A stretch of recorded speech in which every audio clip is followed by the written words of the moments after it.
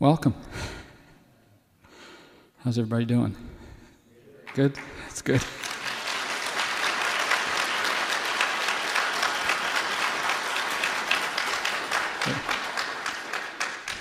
Look friendly, hey? They must have screened them at the door. They got the ones. For those of you who don't know who I am or anything, just give you a little overview of where I came from. I was raised on a small farm. I didn't grow up in a church. I ended up suicidal in my early 20s. It's fairly easy to talk about now because it's a long time ago, but it wasn't good back then. And my best friend took his life at that point. A little hard time, but God uses hard times, and most people seems like they have to hit a wall before they look up, and I was no different. I met a preacher at a small wedding, and well, he helped me a lot. And he told me about a God that I didn't know anything about. And I picked up a guitar when I was 27, and I started getting songs. And I'd worked on farms for 20 years as a relief milker, and I traveled around. I was a farm hand and did all that stuff. The last 8 years, all we've been doing is singing, just in Canada mostly. We had done 6 CDs, and I thought, I guess that's it. God gave me enough songs, and I'd never written any songs for about 3 years.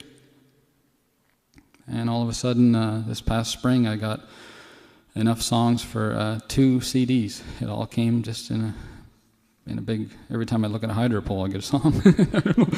I thought, this is getting ridiculous, But many of the songs are to deal with. I've had a scripture in my head the last few days, so I'm assuming it's because God put it there. It's in Jeremiah. And we've seen, I believe you see this, and it's a very puzzling thing in our nation. It says the prophets prophesy lies, and the priests, or pastors if you want to say, they rule by their own authority, and the people love it this way. That's a scary scripture, but I believe there's a fair bit of truth in that. You see, in the churches, we have a soft church age. And I'm not an expert. I haven't figured it all out. And maybe I never will. But all I'm going to do tonight is try to sing a few little songs that may help someone somewhere. I've heard a few stories of people that lives were almost shipwrecked and some terrible things. 15, 20 years, marriage is torn apart, all because of, a polite word would be silliness in the church. But it's come from this new gospel that started about 30 years ago. But I want to start with a song. I tell everybody I'm a deep thinker, and they lock most of us up. I'm still running around. But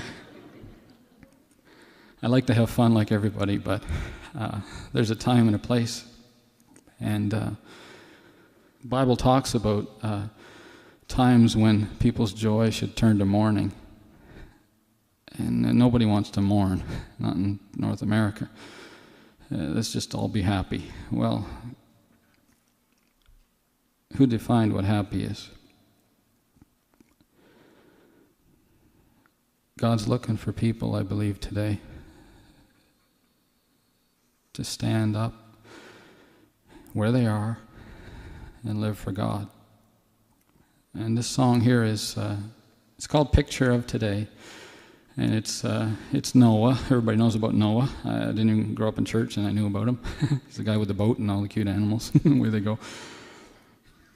I don't know why he didn't take care of the mosquito when he had a chance, but he wasn't really thinking there. But if you read the Bible, it's more than just a picture on a wall with some, boat and the cute animals. The Bible says that Noah was a preacher of righteousness. So put that together. It took him 100 years to build the boat, more than 100. Noah must have preached beside the boat. And it probably just wasn't Sunday morning. It may well have been every day for 100 years. And the story goes that the flood took them all away. Hardly anybody listened to that man. It's quite a story. If you know, it's not just a cute story. Think about it. The man was not there for 2 weeks, like they had an excuse. Well, he's just some crazy old man. God told him to build a boat. What does he know? 100 years. And they still didn't recognize God's man when he stood up. And then you look on and you read later in the New Testament, it says, as it was in the days of Noah, so it will be in the end. And I'm not saying this is, that I know the end, but there's some very definite signs of some things happening. If you were to bring some people back out of the grave today from 50 years ago who weren't even Christians, they would look around and they say, why do you live like this? What's wrong with you people? So Noah, I would imagine, once again, I don't know, I wasn't there, but I have a feeling that Noah cried at night a lot because he talked to the people and they wouldn't listen. The song's called Picture of Today.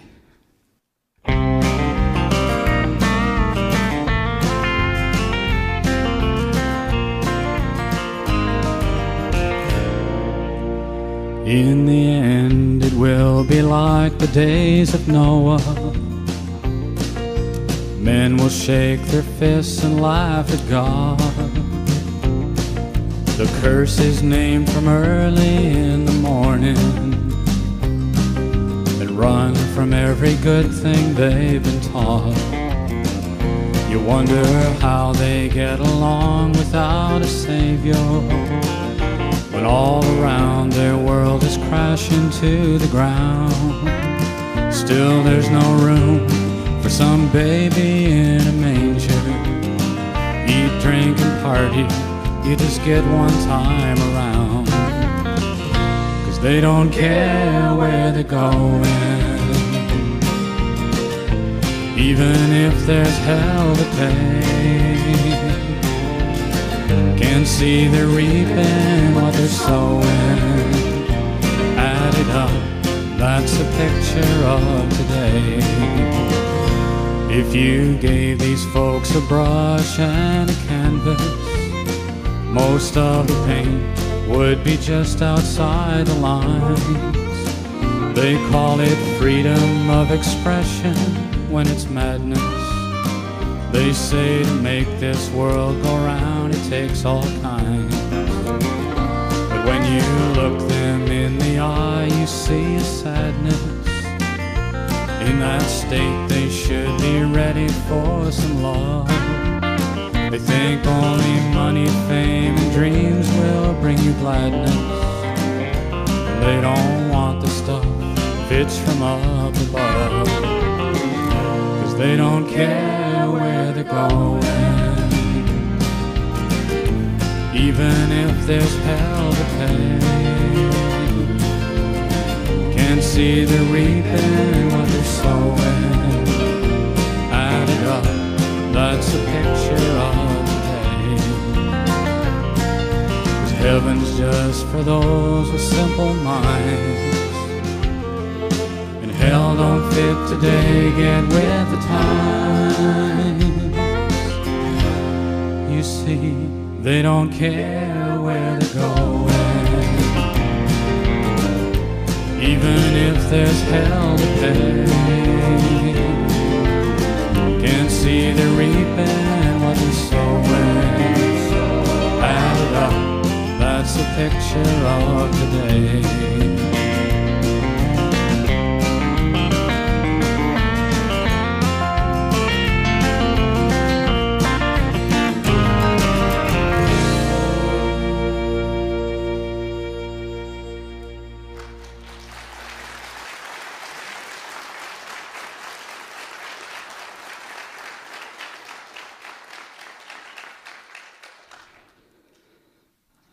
I have a good friend, you might have noticed on the stage. It's my wife, Jennifer. And I have...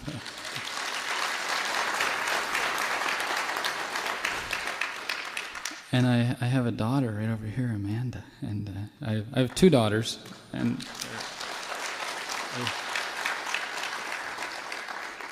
Sarah, our oldest daughter, our firstborn, the firstborn.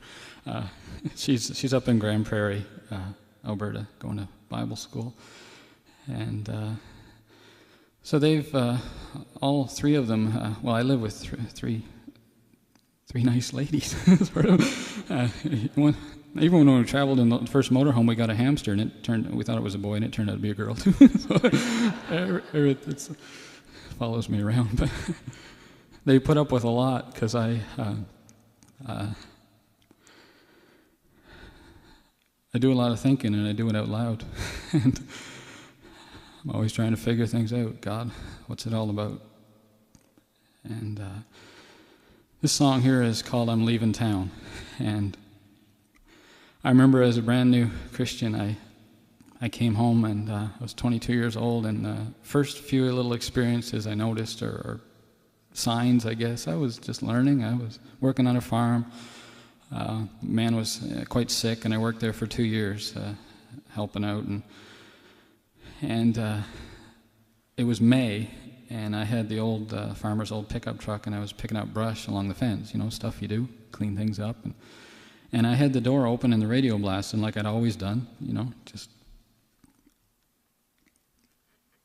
I'd been in church just a few weeks. I'd heard some songs that I'd never heard before.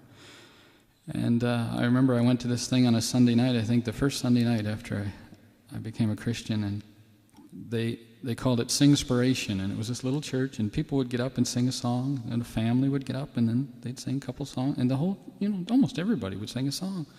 Some of them, they didn't hold that great of a tune, but it didn't seem to matter.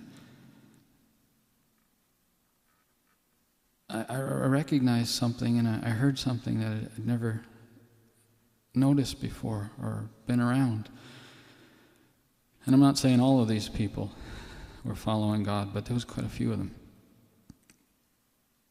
And I noticed the radio songs didn't sound as good as the ones in church. They're supposed to be the professional. I thought, wait a minute. But see, I was learning that, the whole value system is different. You march to the beat of a different drum. And so I turned the radio off. Of course, I turned it back on later, but then I turned it off again. I was having this anyway. My dilemma, I guess if you call it, is I have a hard time understanding in our church age how so many people still have a twinkle in their eye for that stuff. But yet Jesus is on their lips. To me, it's almost grade 1 Christianity. I thought that's from the very beginning, isn't it?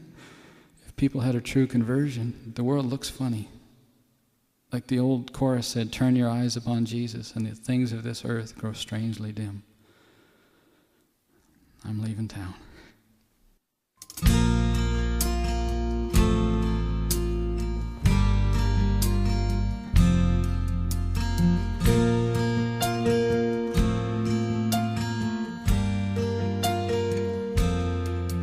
There are days when I fall down on my knees, and I must admit I'm just plain tired, preaching sea to sea, convincing men they need the Lord is no small task today. It seems most would rather play than pray. What compels a man to live his life alone? From post to post they wander, still their hearts must groan. They're looking for the answer, but their search is all in vain. Until they turn to God, their sin remains. Don't they want to go to heaven? Don't they know it's peaceful there? But they've chose this world. To me they don't compare. One is full of heartaches and slogans that let you down. They can have it all, but as for me, I'm leaving town.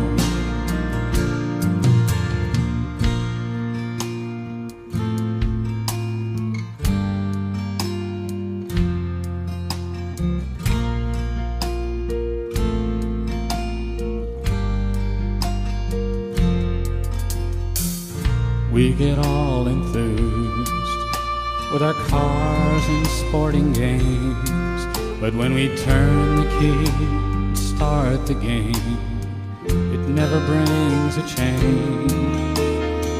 We're hopelessly devoted to things that can't fulfill. We live from day to day for that next thrill. Don't we want to go to heaven? Don't we know it's peaceful there? But we chose this world. To me they don't compare. One is full of heartaches and slogans that let you down. They can have it all, but as for me, I'm leaving town. I just want to go to heaven. I hear it's peaceful there. I've tried this world. They really don't compare. One is full of heartaches and slogans that let you down. They can have it all, but as for me, I'm leaving town. They can have it all, but as for me, I'm leaving town.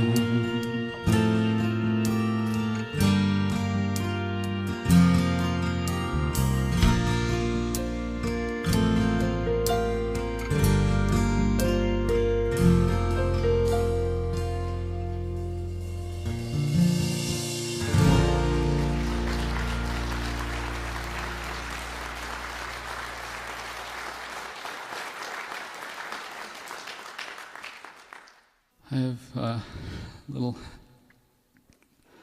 classrooms that I get to walk through every year, and God knows how to teach you stuff, boy. I had one last October, and I was asked to sing at Saskatoon at a trades fair convention for the western provinces, and they had a big award thing, or a banquet Friday night, a big award thing Saturday night, and Sunday morning they had a small breakfast, and I guess they wanted somebody to sing Amazing Grace or some little token song to make them feel good. And I realized most of the people wouldn't be there, but I said I'd still go. You never know who's listening. And but she called a week before, and she sounded a little bit panicking on the phone, and I realized probably there was no one else to ask, and I was the last straw. She had a cancellation on Friday night, and she said, "You wouldn't want to sing on Friday night." I said, "Well, if you want me to." So I went, and there was 5 acts that night. Each had a half an hour, and it was a big place, and everybody's at their tables, and everybody's drinking and yakking, and it's not the easiest place to sing gospel music and tell a story about a song, because you're more background music than anything. And the first guy got up, and he was a singer, and nobody listened to him. And I realized, boy, it's going to be hard. And the next guy was a comedian, and I wish I could tell you he was funny. The guy was, I knew what a dirty joke was, but I guess I've been removed from that a little bit. There's no line they don't cross. They'll say anything.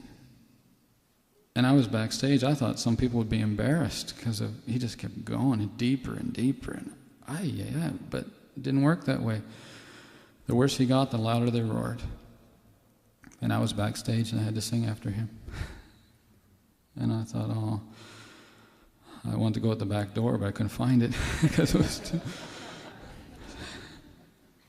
But I went out and I said, God, I told him, I said, this is why I'm here.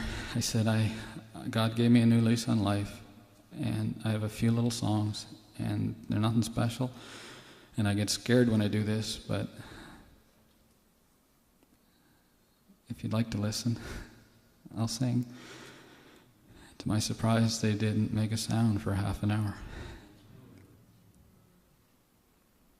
I wasn't expecting that, but they listened.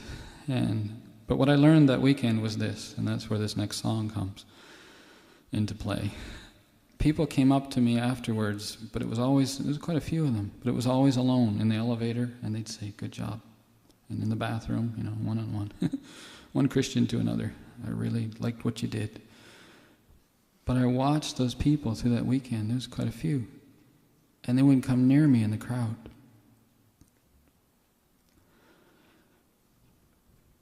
I don't know, when I went to school, 2 and 2 was 4. You want to be a Christian, stand up. Be counted. See, that's about where we are today. I've heard somebody, I'm just stealing an expression that I heard somebody else use, but it used to be that the church was up here and the world was down here. The world sunk way down. And now we think if we're 3 notches above where the world is, we're okay. And they'll want to come to where we are. They can almost step over. But it never worked like that before. All those people for years that lived by standards and values, called themselves Christians, apparently they didn't have to do that. So either they were wrong or this new church age is wrong. They look at and they say, there's a Christian. But then they say, I don't see, he's marginally different than I am, just a little. Why exactly do I need this in my life? This is the North American Christian.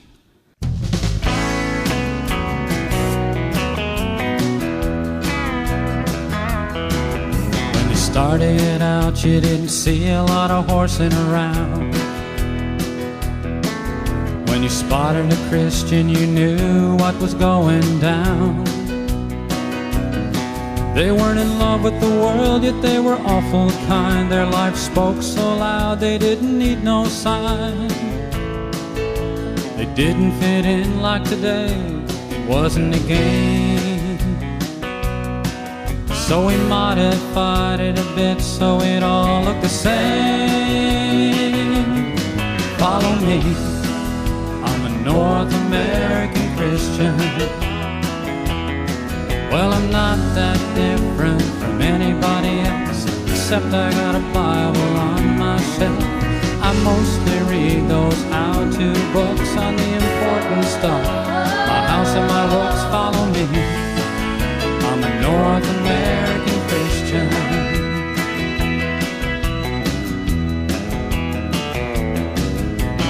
We don't need to be living like that no more.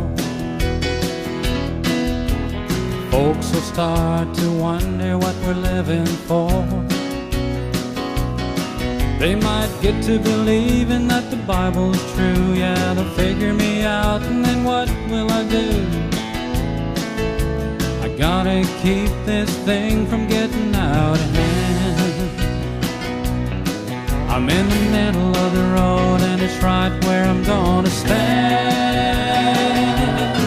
Follow me, I'm a North American Christian. Well, I'm not that different from anybody else, except I got a Bible on my shelf. I mostly read those magazines about my car and my truck, my great big dream. Follow me, I'm a North American Christian.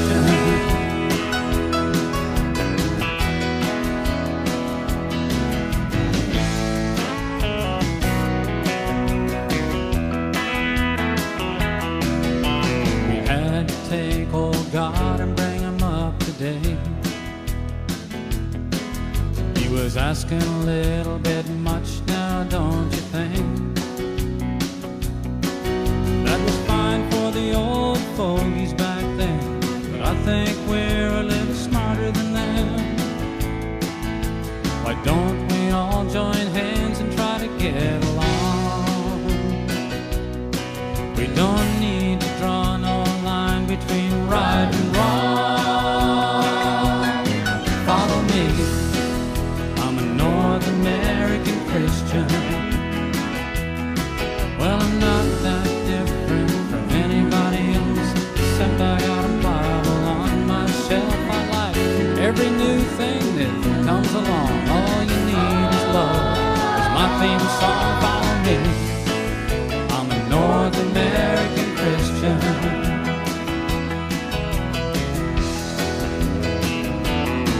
Oh, I also read that Christian fluff. I got the best of both worlds, I'm living it up. Follow me, I'm a North American Christian.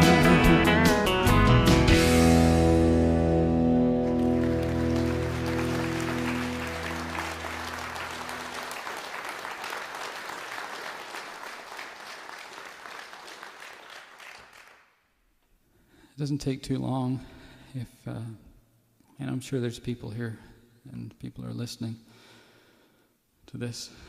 If you've set your mind to say, God, I want to follow you,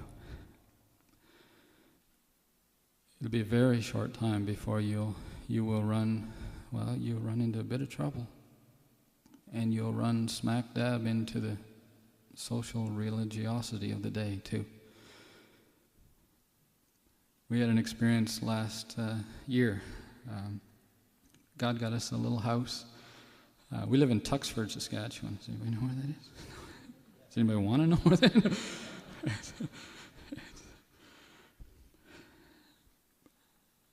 But we, make a long story short, was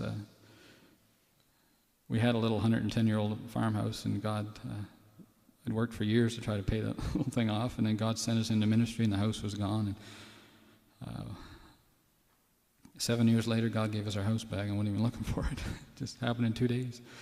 And it was a $37,000 warmest little house we ever had. It's all fixed up, and it was a log cabin, and they moved it there and insulated the living daylights out of it. It's a cute little thing.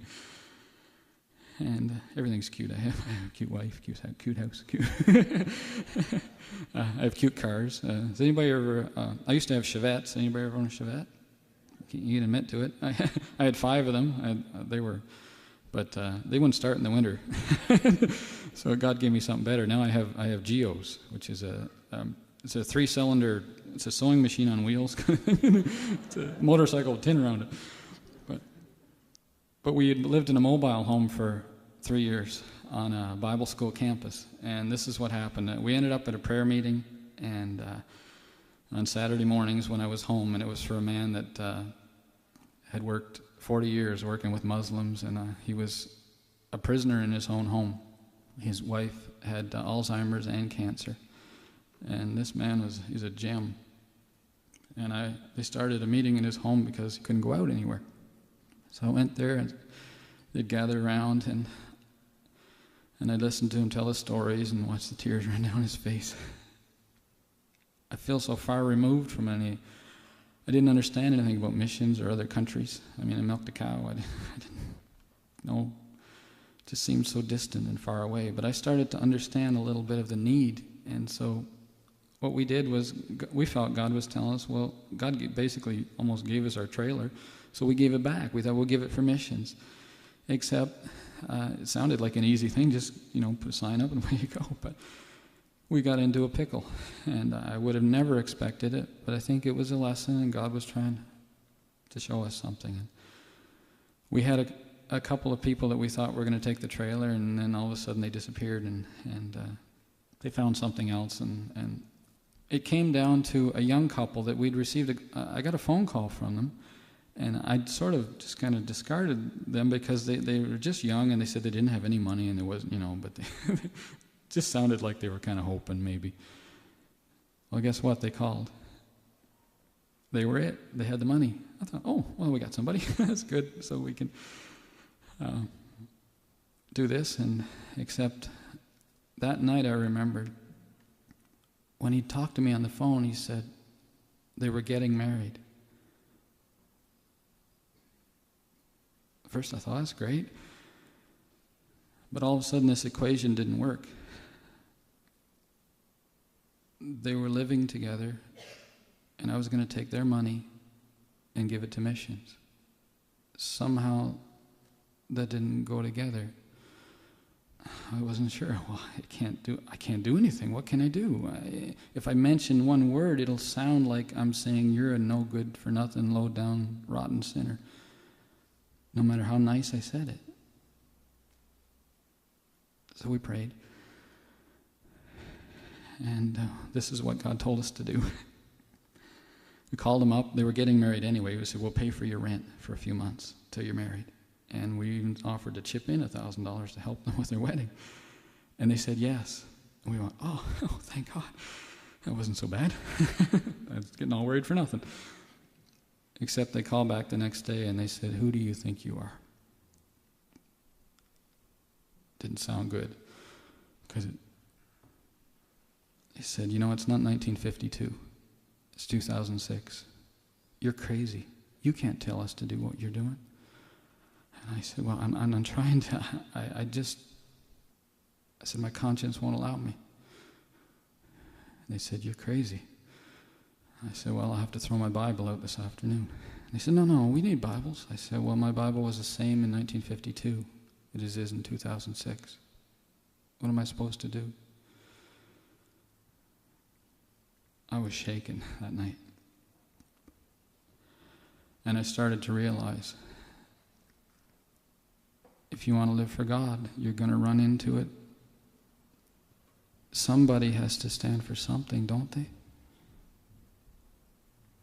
He said, well, you're not allowed to draw lines. When I was talking to him on the phone, I said, well, he said, you're discriminating. And I said, well, I said, well, what about gay marriage? He says, well, no, that's acceptable. I said, well, what about abortion? He goes, no, I don't really like abortion. I said, oh, you just drew a line. You're discriminating. I said, well, soon we'll be able to kill our mother. If she's getting old, she's that's the logic of this. It's that bad. We'll do anything. And I used to hear and read in the Bible about the lonely road. Jesus walked a lonely road up to a cross. 11 of the 12 disciples were killed for bringing the good news. Why did they kill them? Because with their life they drew a line. God drew a few lines. He had to. We live in a society that says we don't need any lines. We have to have lines. This song's called The Lonely Road.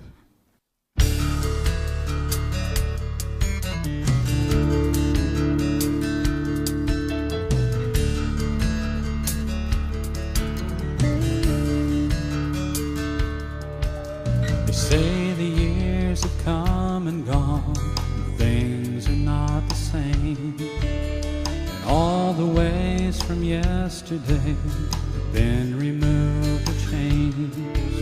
They say we've come so far, we can't go back. You'd think if we're that smart, we'd know more than that.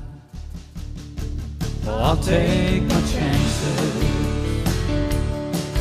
I believe the saints of old, they said a time would come like this, when many would grow cold. The Lord himself gave warnings, so I guess we've been told. So I must prepare myself to walk this lonely road.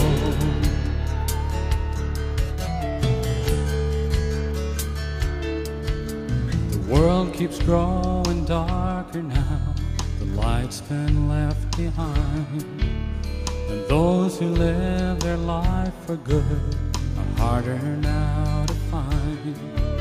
It seems that we've forgotten how to blush. And if you raise your voice against it, they say, what's the fuss? Well, I'll take the chances. I believe the saints of old, they said a time would come like this when many would grow cold. The Lord himself gave warnings, so I guess we've been told. So I must prepare myself to walk this lonely road.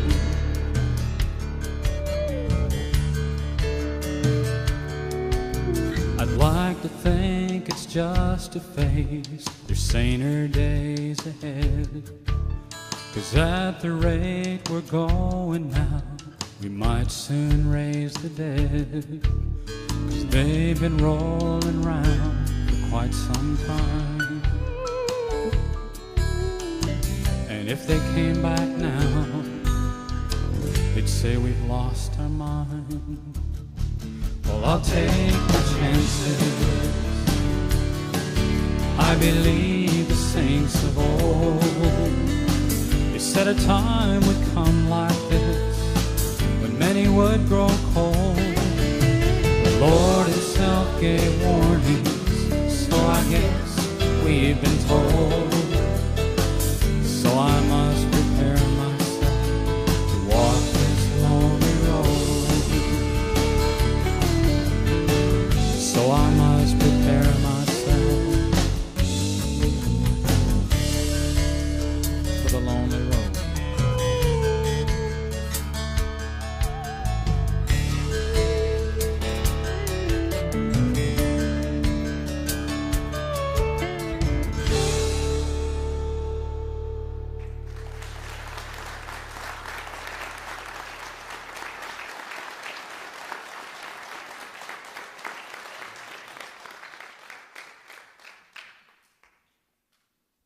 I'm sure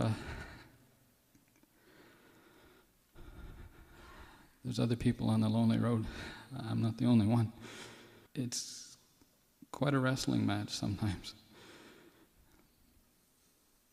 But it's not a hard decision which way to go.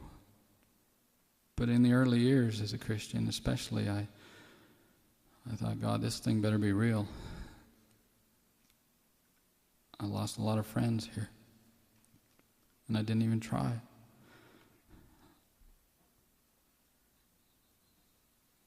And back again to the disciples. Remember, they killed them. These people weren't doing any harm, any wrong. They were preaching the message that God from heaven told them to preach. They loved people. Jesus loved people, and they killed him.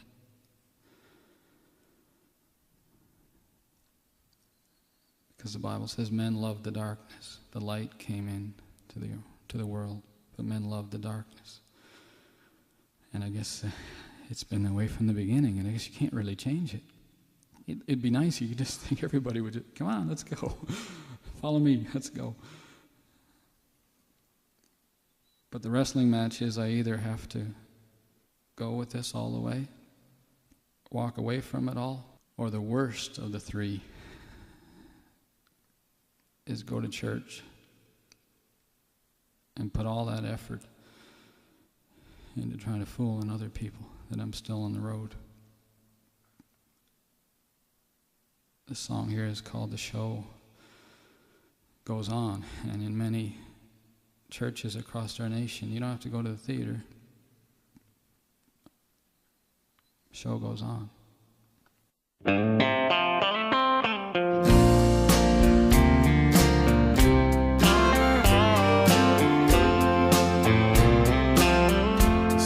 Set, the curtains drawn.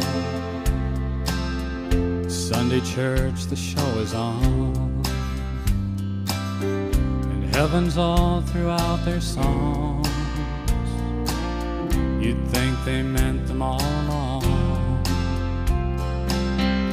But They've been doing this for years. Sometimes they even shed some tears.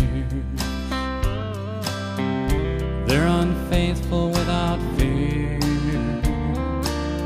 This play is not like it appears. They're so impressed by the world. It won their heart with just one song. Looks like the villain got the girl. Please tell me why the show goes on. You see, they found another love. This one's not from up above. I hope their new flame is enough. 'Cause loving both is kinda tough. They say that God's still number one. They just want to have some fun. If there was danger, they would run. But up till now, they're finding none. They're so impressed by the world. They're torn between which part to play. They'd like to give them both the world. You can't live your life both ways.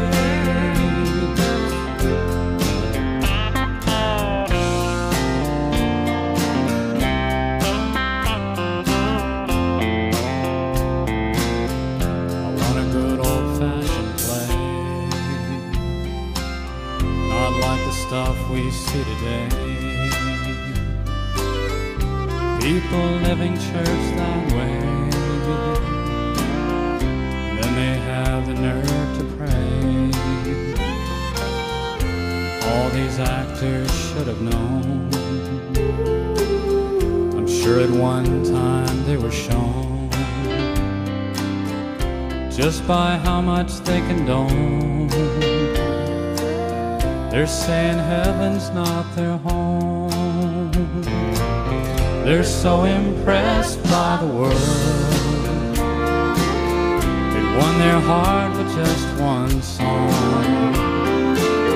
Looks like the villain got the girl. You wonder why the show goes on until the good guy wins the girl. I guess the show must go on.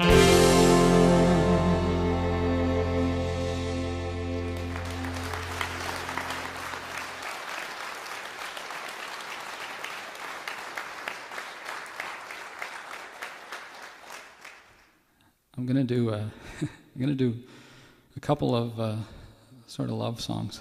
I think God gave me these because maybe I'm too serious at times. I tell everybody it's like horseradish. It's good, but you don't need a whole plate because it's good.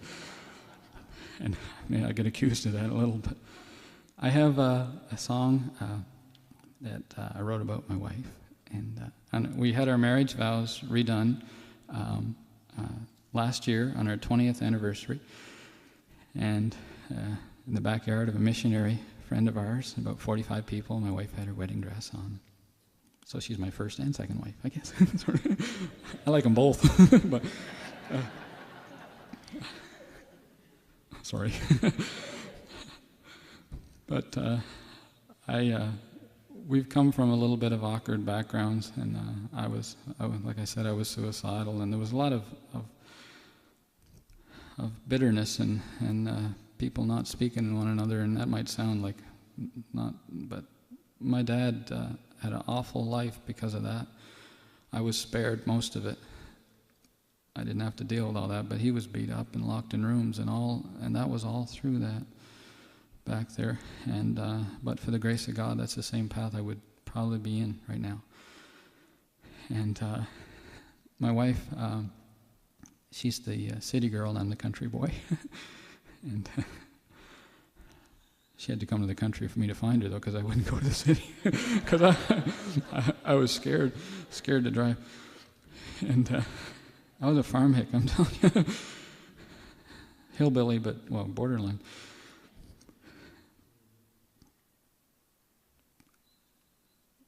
My wife's story, and it's somewhat awkward to, and some people say you're not supposed to talk about things and just keep it to yourself. But the thing is, when God gives you, He's given us a voice. I fought it for quite a while, but I realize now that God's given me a place to speak, and I don't take it lightly. Before we left on this trip, we had 40 concerts in 2 months. I felt God telling me to, I fasted for a week, and I was saying, God, please help me to say what I'm supposed to say.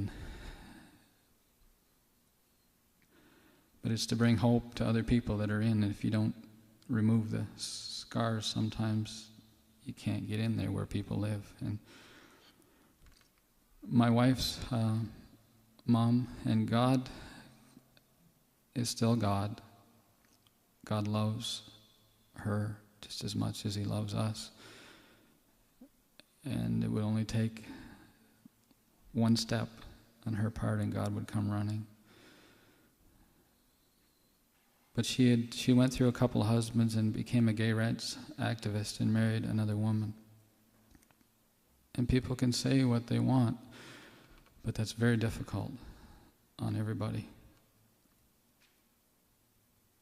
Only God can get you through that. And I believe He has.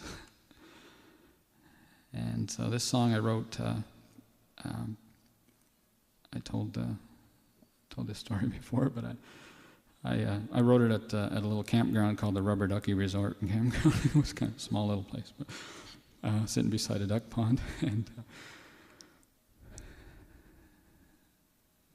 I like her.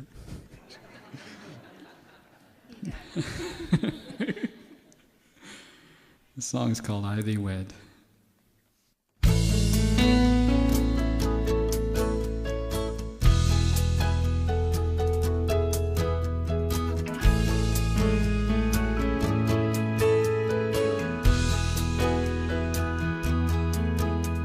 We've walked this road together, 20 years have passed. And as a wife, she's truly been much more than I could ask. Her beauty leaves me breathless, her smile still melts my heart. I pledge again today, I'll stay with her till death do part. I thee wed before God stand, and I promise I will always hold her hand. Hold my hand. I thee wed, my lovely bride. With God we'll face the future side by side. The day that I first met her, my poor heart skipped a beat. I knew she was the one who would make my life complete. A present sent from heaven, God wrapped her oh so nice. I won the world that day, 'cause that girl became my wife. I thee wed before God stand, and I promise I will always hold her hand. Hold my hand. I thee wed, my lovely bride. With God we'll face the future side by side.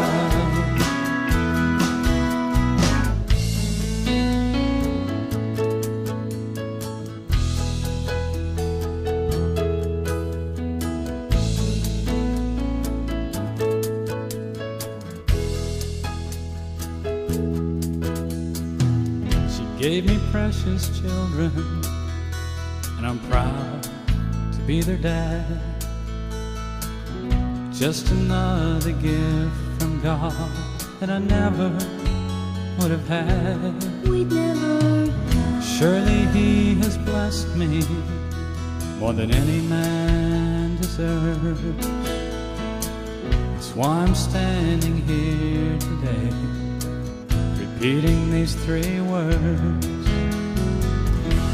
I beware, before God I stand, and I promise I will always hold her hand. I beware, my lovely bride, but God will face the future side by side. Oh, with God we'll face the future side by side.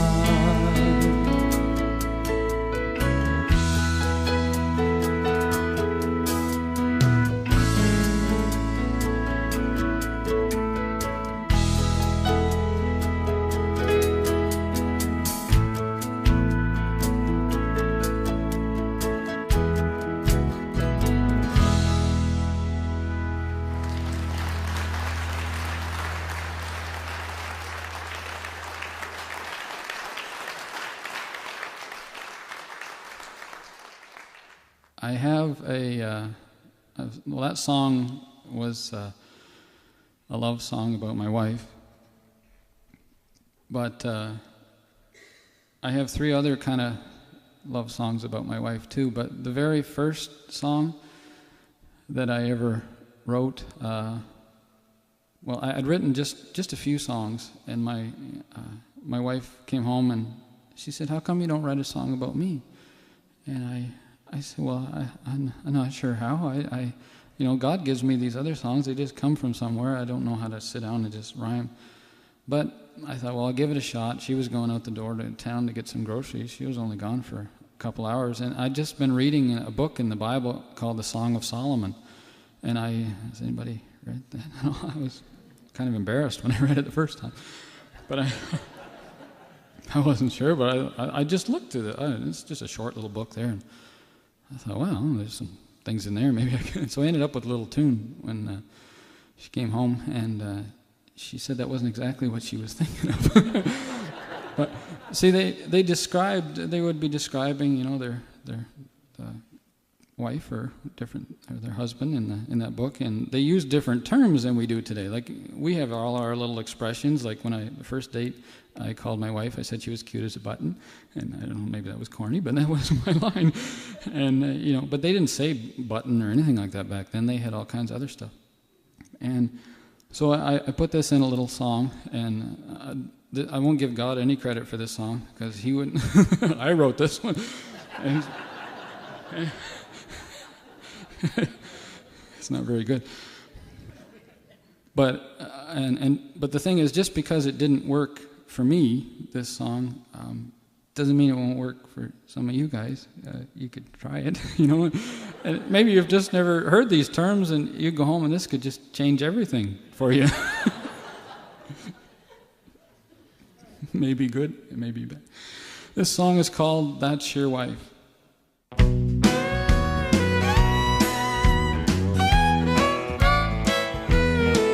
Well, there's a book found in the Bible. It's just after the book of Psalms. There's some biblical words in there to describe your wife if you're in love or you did something wrong. Now, these words, they used to be flattering. They don't get much use today. Somewhere in the translation, they lost a little something along the way. They used to say she's got hair like a flock of goats, teeth like a flock of sheep, a nose like the Tower of Lebanon, and you really like her feet. She's got a navel like a goblet and a waist like a mound of wheat. What they were really trying to say is she's so sweet. Yeah, that's your wife, that's your wife, and she really changed your life. She's the apple of your eye, and you'll love her till you die. Yeah, that's your wife, that's your wife. Well, she's the cutest little thing. Now that's the kind of songs they used to sing. Now they talked a little different back then. Not sure if they'd qualify as compliments today, but it all depends on your wife. This might take her breath away. Now if your wife is close, I mean, what harm can it do? Just check your insurance policy once or twice, grab her hand and sing her a verse or two. Tell her she's got a neck like an ivory tower, eyes just like doves, lips like a scarlet ribbon.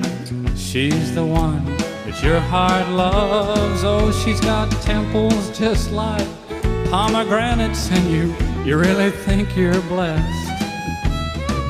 And all you're trying to say is she's the best. Yeah, that's your wife, that's your wife, and she really changed your life. She's the apple of your eye, and you'll love her till you die. Yeah, that's your wife, that's your wife. Well, she's the cutest little thing. Now that's the kind of songs they used to sing.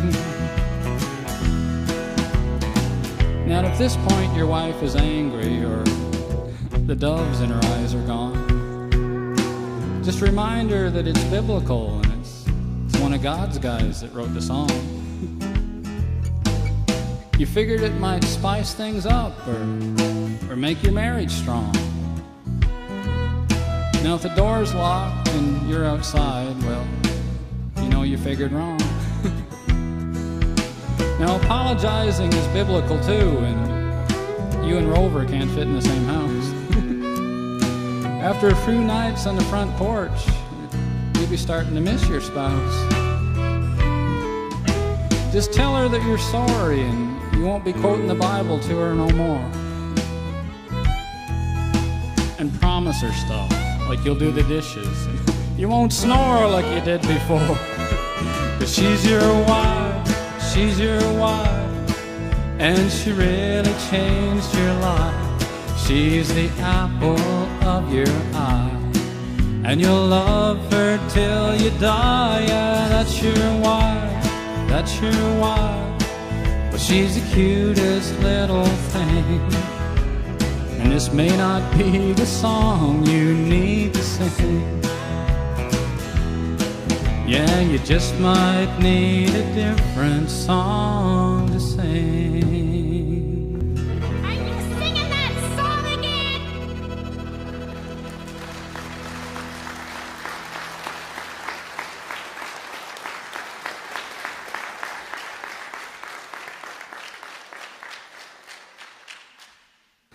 Written before the brain surgery, so it was.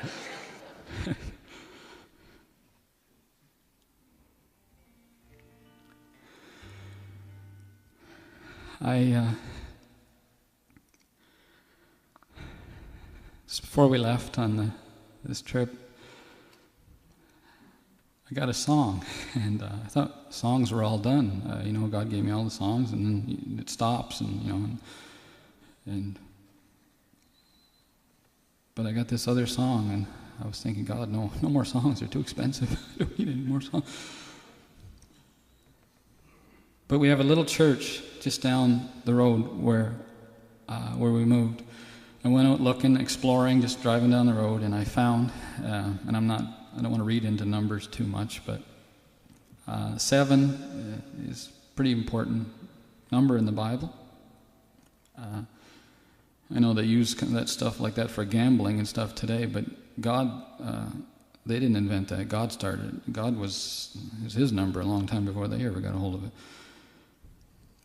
Well, this church is exactly 7 kilometers from our house, not 6.9, not 7.1. When you drive in the driveway and you park.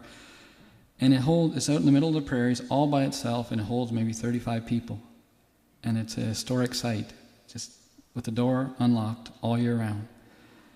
And I thought, wow, I found a little treasure here, didn't I? God did this for me. It wasn't just for me, I'm sure there's lots of other people. I read some notes in there. People would leave notes. People come, there's guest books, they come from all over the place. But to me, it's almost like a museum. And that's why I wrote the song in there. And when you say that statement really quickly, it sounds good. A museum. Everybody likes museums. That's fun places to go, the museum. But if you analyze that sentence, that's not a good thing. A museum is a place where people go to look at things that used to be and aren't anymore. We're almost at the point where we could make a museum in Canada for what the church used to be. And people said, well, you're really stepping out on a limb saying things like that. That's not, there's lots of good things in church. Well, I learned many things that I didn't realize I would learn living on a Bible school campus, the largest one in Canada. I had no clue what was going on, but they're pumping preachers out of there all across the land. It was the hardest place I ever sang, bar none. I sang at that place, I thought it'd be easy. This is a pretty easy place to sing. 1,500 people walked by me and not one person talked to me. I'd never experienced that in any place in all of Canada. I was confused. What did I say? Did I say something? Well, I soon found out all the new things that they're bringing in to Bible schools. Not all Bible schools. Some have held on and said no. Some have turned around and made it back. But there's an outright hatred and mockery of the old gospel message. I didn't believe it was possible till I seen it. I heard it. I studied what they were teaching, some of the things, and I was discussing things with some students, some that thought it was great, and others that actually wanted to live for God and realized this stuff is wrong. And I guess the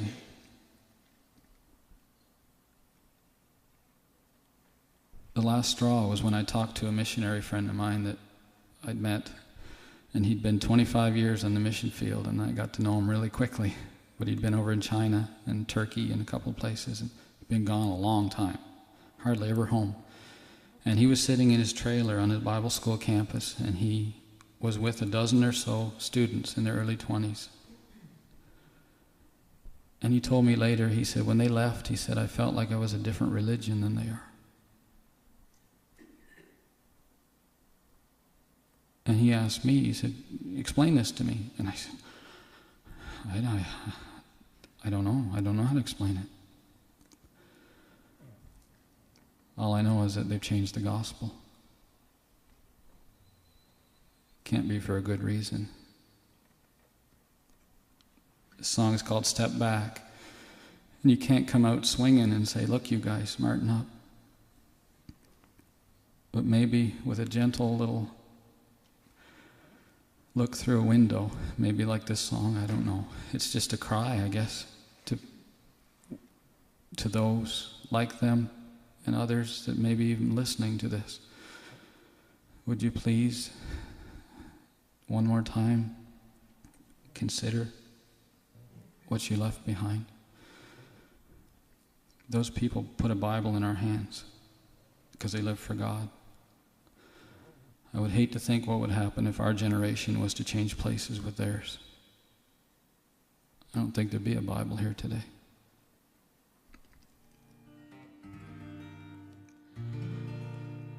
Let's go in the museum, take a look at how it was back then.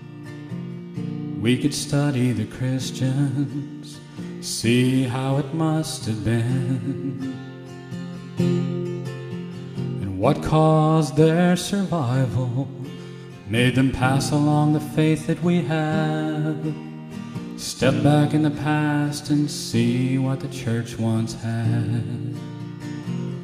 Look, there's a Bible.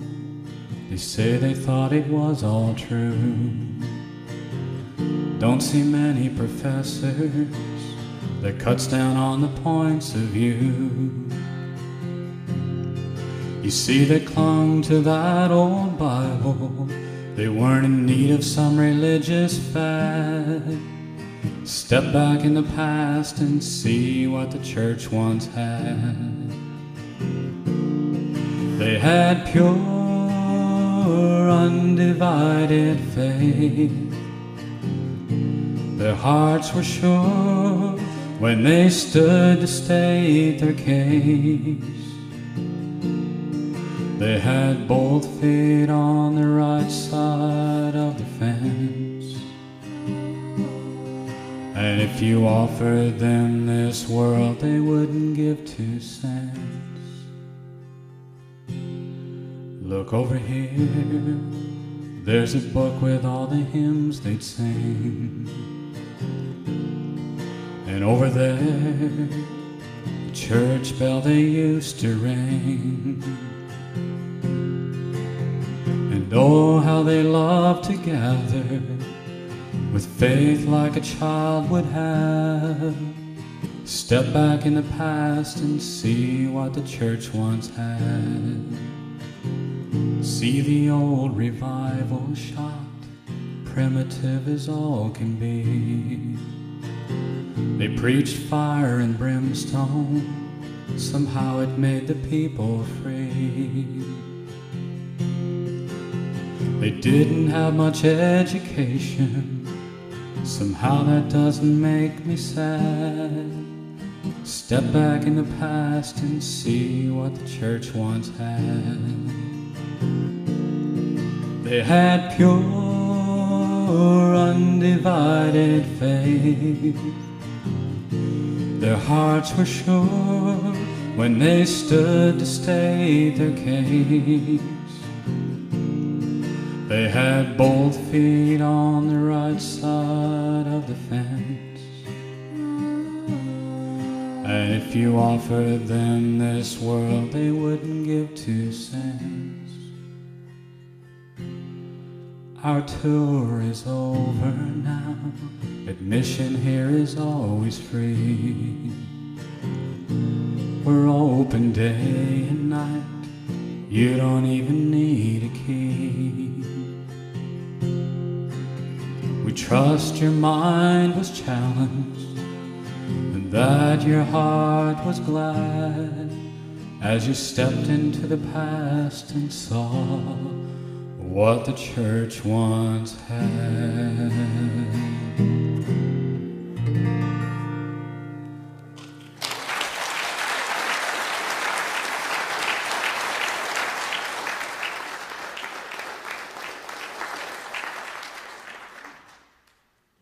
This is a little easier song to sing before the last couple. After that, they're harder to sing. This song is, I wrote this sitting out beside, there's a little lake. We have a lake in Saskatchewan. We do. Actually, there's quite a bunch of them. But it was just a little bit down the road farther than that little church. And if you're a Christian, there's times that there's no way that you can get through. Well, sometimes it's days, sometimes you might go through a few months if you're lucky, but I don't think you get that far.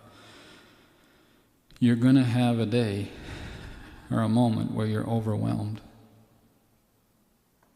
And you say, God, why have you done this for me?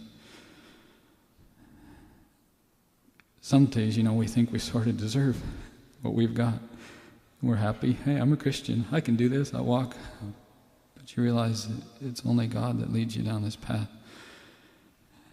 He knows what we're made of. That's no excuse for sin.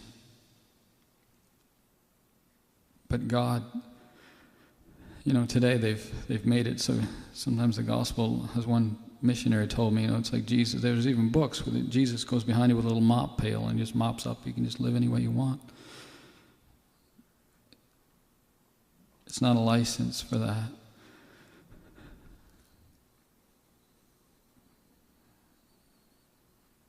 When you read the Psalms, there's a lot of emotions in there, isn't there? David is saying, save me from my enemies. In many cases, they were trying to kill him. He was saying, God, why doesn't other people understand? Why don't they? But many times when it gets back to the end, he's always saying, thank you, thank you, thank you, God. And this song is just called Look What You've Done.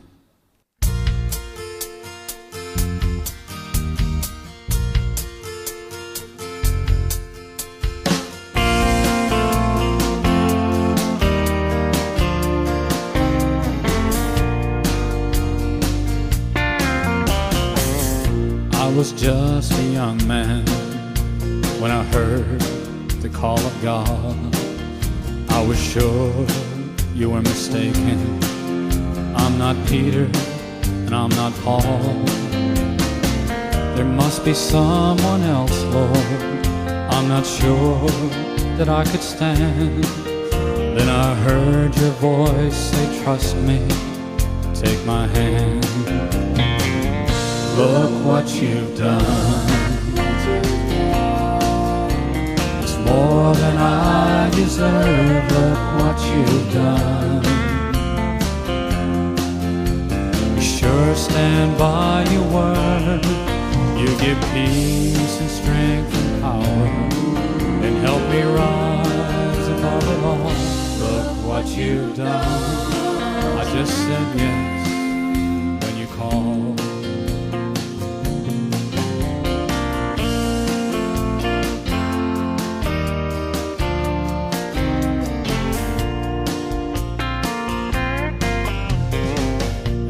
I thought I'd suffered and done more than my fair share. But when you stand my list beside the cross, it really don't compare. I've been blessed beyond all measure with a joy this world can't give. I was dead in sin when you called me, come and live. Look what you've done. It's more than I deserve. Look what you've done. You sure stand by your word. You give peace and strength and power, and help me rise above it all. Look what you've done. I just said yes when you called. Look what you've done. It's more than I deserve. Look what you've done. You sure stand by your word. You give peace and strength and power, and help me rise above it all. Look what you've done. I just said yes when you called. What you've done, I just said yes when you called.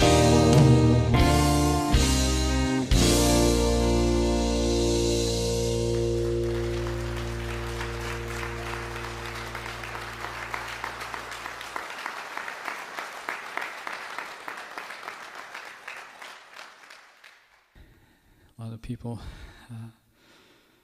you have your own version or story like that, if you're a Christian.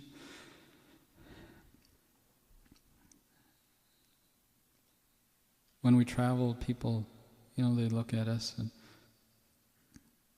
Sometimes it's a little misunderstood because you travel around and say, oh, here's the guy with the fancy hat. Well, I paid $100 for it 10 years ago, so that's $10 a year. So it's not. I read scriptures when I first picked up the Bible. It said, if you lose your life for the gospel, you gain it. But if you try to hang on to your life, you lose it. Maybe it's misunderstood. I'm in good company, though, I guess. A whole bunch of other missionaries, people, left what they had. We don't have any savings account. We have no RSPs. We have nothing. It's amazing how God... He got us a little house, like I mentioned, but the prices, this is what happened. Last year, the houses from summer 2006 to 2007 in Moose Jaw, a $50,000 house went to $100,000. There was all kinds of that because people coming from Alberta and whatever was happening. And we got in just under that. We don't know nothing about nothing. And God got us a house for $37,000, which it'd be worth double at least that. About 2 months later. That's God. This is the hard part now. I like singing love songs. Can I sing another love song? No, I better. When we went in the studio this time, we had the most difficult song of all was this one. And I wasn't sure. I said, God, am I allowed to sing this? These words are... But I was sure God only gives me songs when He gives them to me, and they just come out. But I'd wrestled back and forth, and well, two things happened. One, you might sound a little like I'm reading into it, but when we went to do the final mix in the studio, you have to set all the levels, and about 2 days of work there, and the first song you'll spend 2 hours on that, and then the other songs go quicker after that. But when we went in the studio that morning, our producer Bobby Lalonde had this song on there, and after a while, because you have to listen to it for 2 hours, and after a while I asked him, I said, is there any reason you picked that song? He said, no, I just put it into the thing and it found its way to the top. And I went, First I thought, oh no, and then I thought, no, maybe that's God trying to say. But the other sign was what happened with our daughter. And I would have never right out of left field, but we had to see this. She went on a trip to Florida for 3 months to be a nanny for the cutest kid you ever seen in your life. 2 years old. With this young couple. He was doing his internship to go into some form of ministry. And the trip didn't last 3 months. It lasted 1 month. And what happened was our daughter called home, and first I thought she was homesick. You know, it sounded a little lonely or whatever on the phone. She talked to Jenny a couple times, but then I realized, no, it was something else. And start off with, when she got down there, they told her, you're not here to be a nanny. You're here because God's will is for you to be here.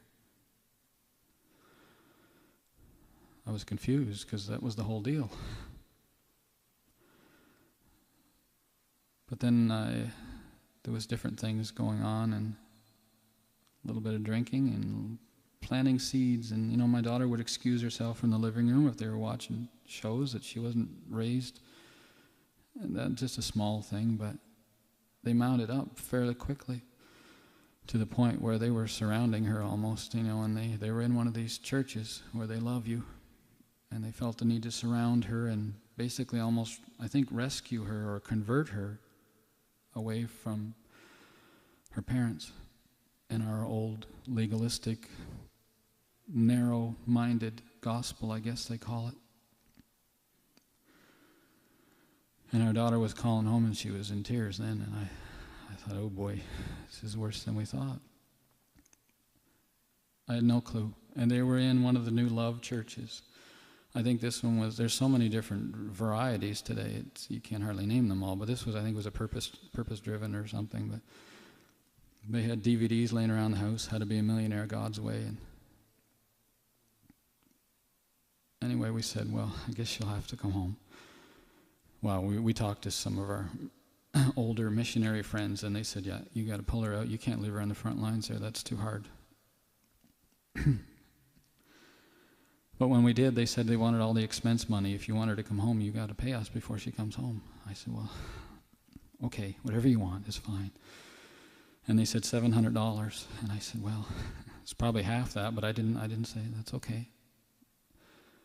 My Bible says, bless those who curse you. I sent them $1,400. Plus a plane ticket.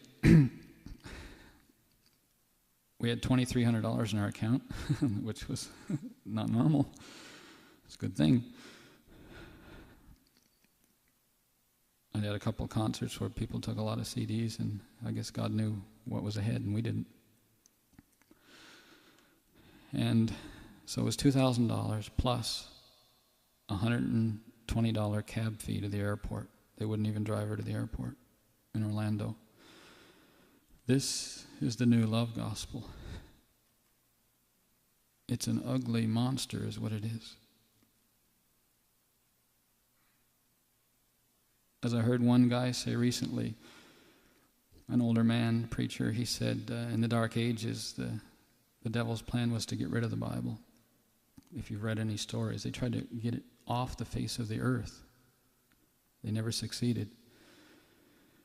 But the devil's plan today is to water it and dilute it so badly that it's only partial, little bits of truth mixed through it. There's enough in there. If people have not read their Bibles and they're not praying and they have a twinkle in their eye for what's in this world, this gospel will pull them in so quick they won't even know what's happened, what hit them. Jesus went in a temple one time with a whip, and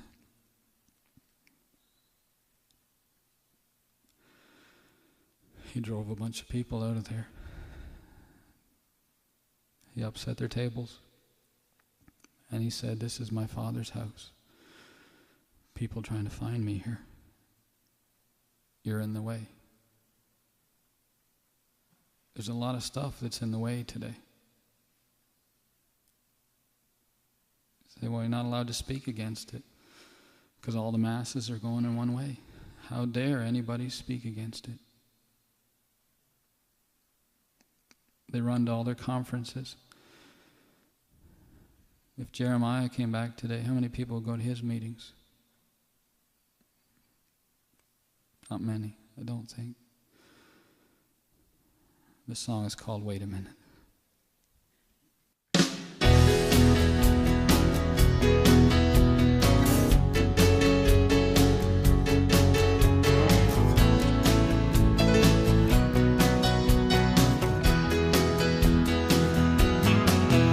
Told me call in, they'd give me a book, no need for stalling. Then they gave me that look, it sounded like they were honest men, right through to the bone. In just 40 days I'd have purpose in life, pray like Jabez, you'll be blessed more than twice. Repeat after me and you'll get more from God than your mind has ever dreamed. I looked at Schuler and his big glass tower, it's a big draw for those with fame and power. Although I tried, I couldn't figure out where the Lord came into play. And then there's Oprah, oh, and by the way, she's got the secret. New age is in today. I guess anything goes. There ought to be some questions that I can ask. Just wait a minute. That can't be right. It was a close one. I was starting to buy. It's a good thing I stopped and prayed, or I'd have been right in it. Now just wait a minute. If you want victory, your choices are few, you need Joyce she knows just what to do. And Benny has the cure, just make sure you send along the funds. There's the Wild at Heart, that's the outdoor bunch. In the Emergent Church, they're out to lunch. We got 32 flavors of Jesus. Why don't you give them all a try? And then the prophets come on with their word for the day. It's always good news. You know the games that they play. I wonder why they don't make prophets like they had in the Bible times. They just smile a lot and tell you their lies. They're a sneaky bunch, hard to recognize. Study these tricksters long enough, they'll always cross the line. And you'll say, just wait a minute, that can't be right, it was a close one. I was starting to bite. It's a good thing I stopped and prayed, or I'd have been right in it. Just wait a minute. Something wrong, they've gone way past the limit. Just wait a minute.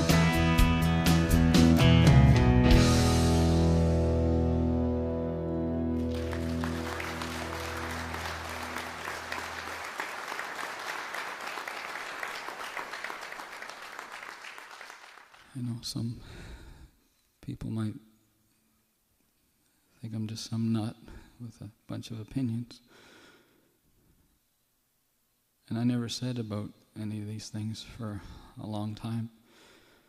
I would come home and sometimes you go 6 months if I was lucky. And I'd say, I see this, and they're telling me it's this. And I talk my wife's ear off, and then the devil says, well, you know everything. You're the only one that knows. It's not like that. See, now I've met, and I stack them up. I've met people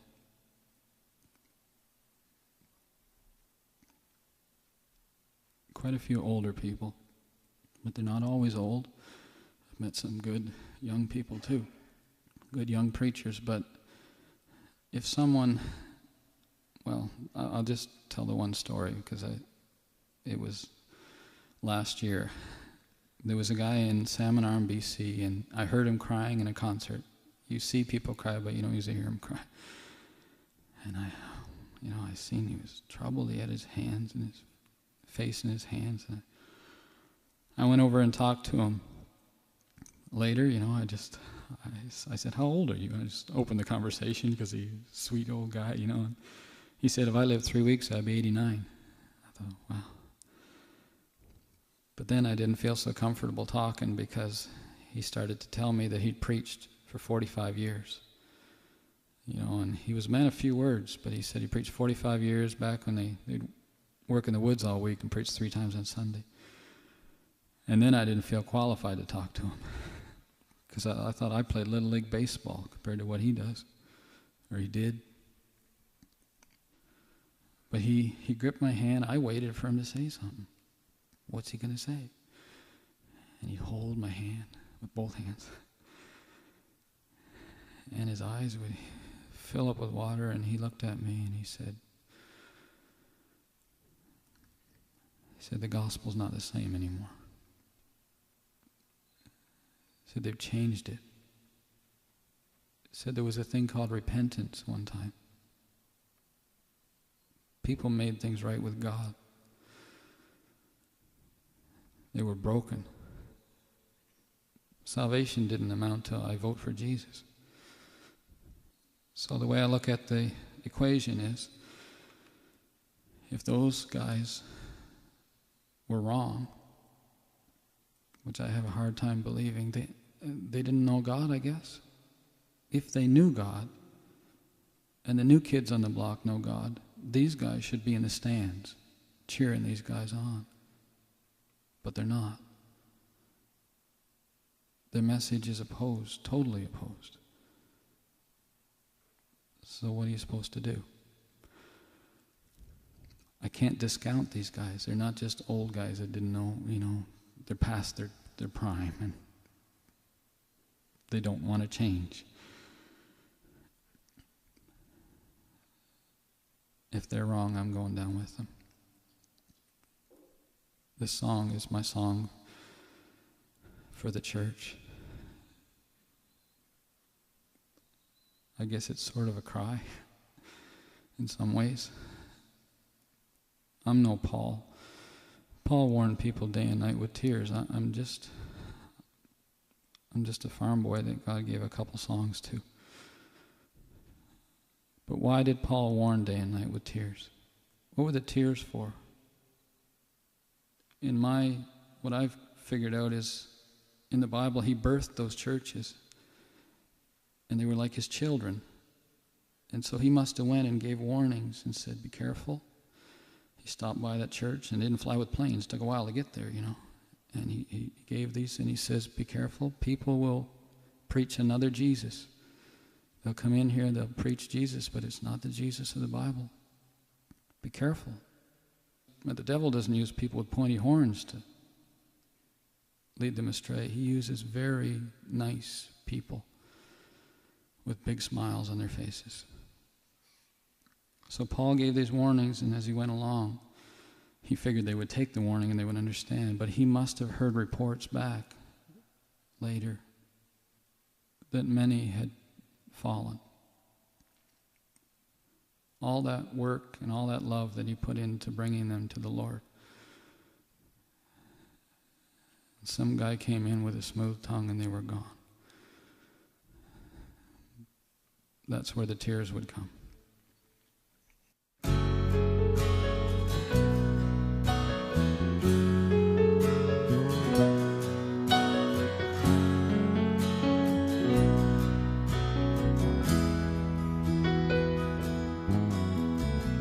You'd think the church would know by now the gospel can't be changed around or be made over. But don't look now, they've gone and done it. They made it into something strange. They can't be sober. They say the world can't understand the message of the cross. It might offend, so they pretend salvation has no cost. They ought to be ashamed. What they've done, God help them all to see. God's holy ways will never fit into our liberality. I'd like to think they'd know better. They're trying to tell me the sky's green, not blue. I guess all that I can say is shame on you.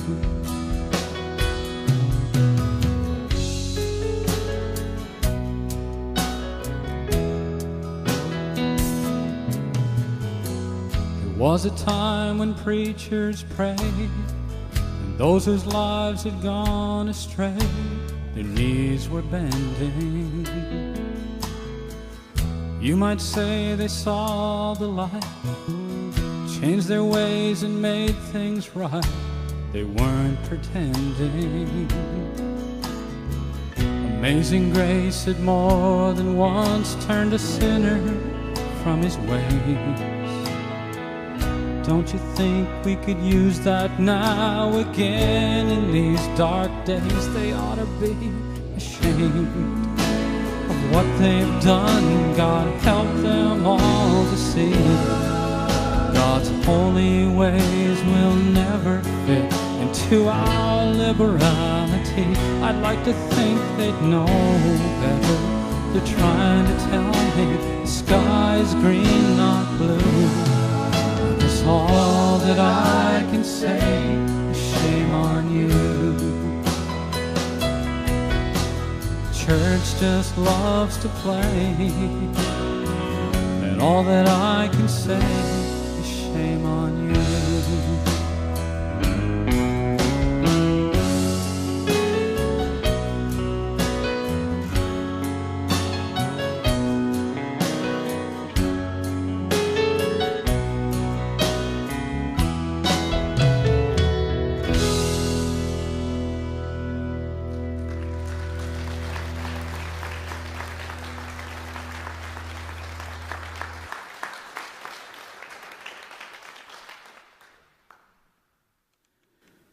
The last song. This song is really simple. It's just called Let's Go Home. I mentioned, I believe, earlier about hearing people's lives being shipwrecked by sometimes just one book somebody handed them. But I've heard stories of one day they got up and shook themselves. Said, I got to go back where I started. And I've had my own experiences. I had a man set me up with 8 books. I had to read them all in order. I was about a 3-year-old Christian at that point. I became so confused I didn't know what was going on. But he sounded so nice, this man. He'd preached a lot too. One day I got up after about 4 months. I might say I had a little bit of a fit, but I threw them all in the garbage. And I threw a whole bunch of things in the garbage. Some things maybe I shouldn't have thrown in. But I remember what it was like when I picked up the Bible the first time.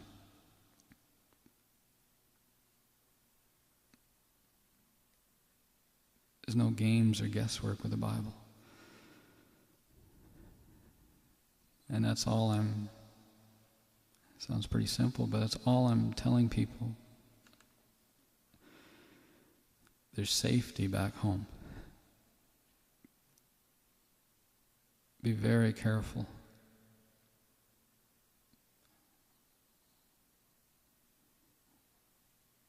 As one missionary said, Jesus could come back in North America and many of the church services would go on and they wouldn't even realize he was here.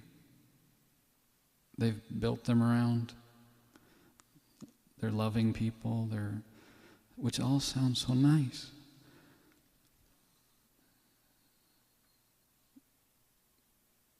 They help the poor, and that's good. Just remember, Madonna adopts children too, from other countries. It doesn't prove that much. It doesn't prove we're Christians just because we even go on short-term mission trips. It doesn't prove we're following God. Sometimes it's just we're moved by a little emotion. We need to ask God, test our motives, test our hearts, God. Show me. And God's very faithful to do that. He's very gentle. He'll lead us to truth. Let's go home.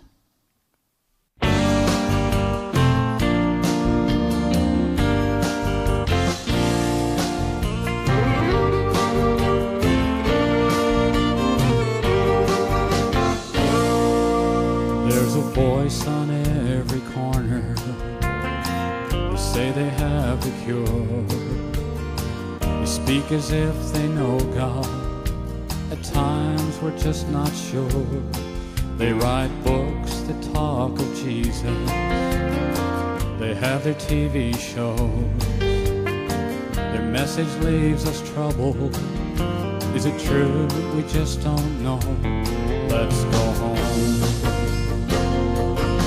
Back to the simple life of prayer, where the Bible was our roadmap. We knew that God was there. Let's go home. They're telling me this journey is a painless, carefree ride. I could have swore the last curve had a great big danger sign. The driver's eyes are eerie. When he smiles, I feel a chill. The road looks unfamiliar. This just can't be God's will. I must go home.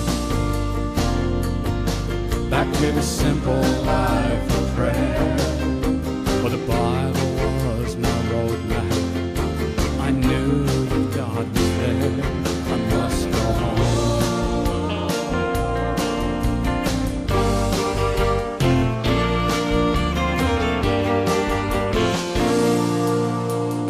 said these times would come when common sense would leave, and those who have not loved the truth would surely be deceived.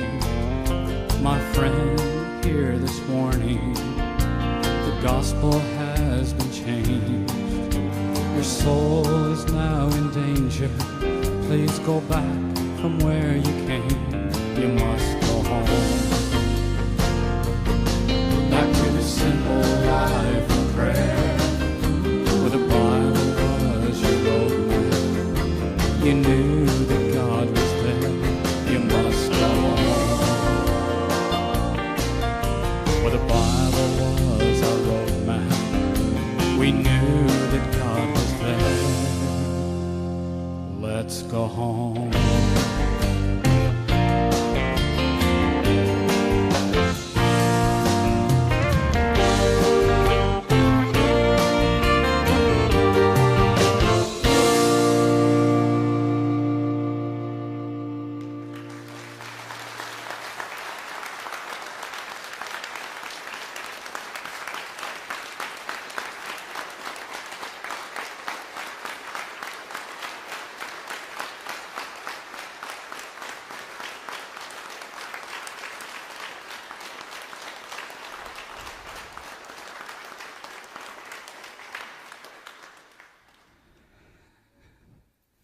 God bless you guys.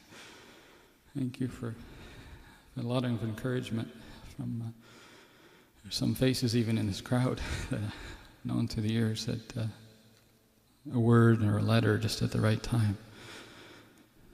And I guess this DVD is sort of my little letter to anybody that might think they can't stand, that you're not alone. There's a bunch more that haven't bowed yet. You know, the God of Baal was basically the God of increase, rain, and all that stuff. See, that's old stuff from way back. Guess what? Still here. That's what this new gospel is. It's the God of Baal. Bow down and worship this stuff, and I'll give you this world. The old saints knew this wasn't their home. They could care less. They wouldn't give 2 cents. Thank you again. God bless you.